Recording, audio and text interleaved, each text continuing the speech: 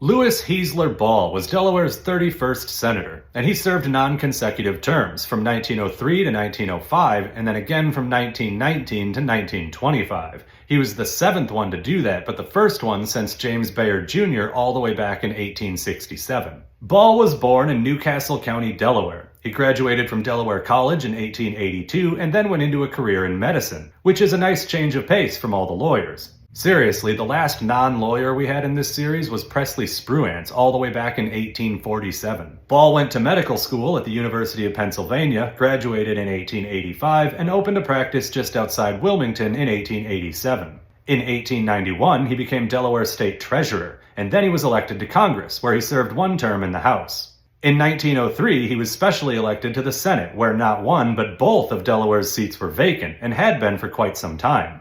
The one Ball was elected to had been vacant for 4 years since the state legislature had failed to elect a successor to George Gray back in 1899.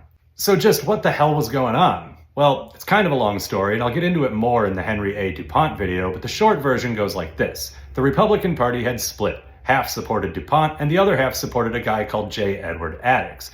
The Democrats were basically non-existent in the state legislature, so they couldn't take advantage of the split, and the Republicans couldn't compromise with each other enough to give either candidate a majority, so they just had a shitload of deadlocks.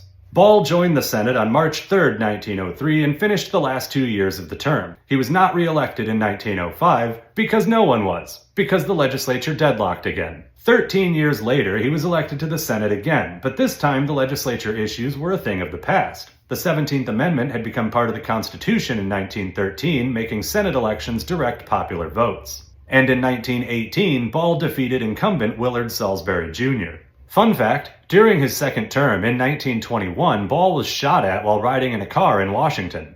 According to a contemporary report from the New York Times, the bullet crashed through the door of the automobile and penetrated the senator's clothing but did not cut the flesh.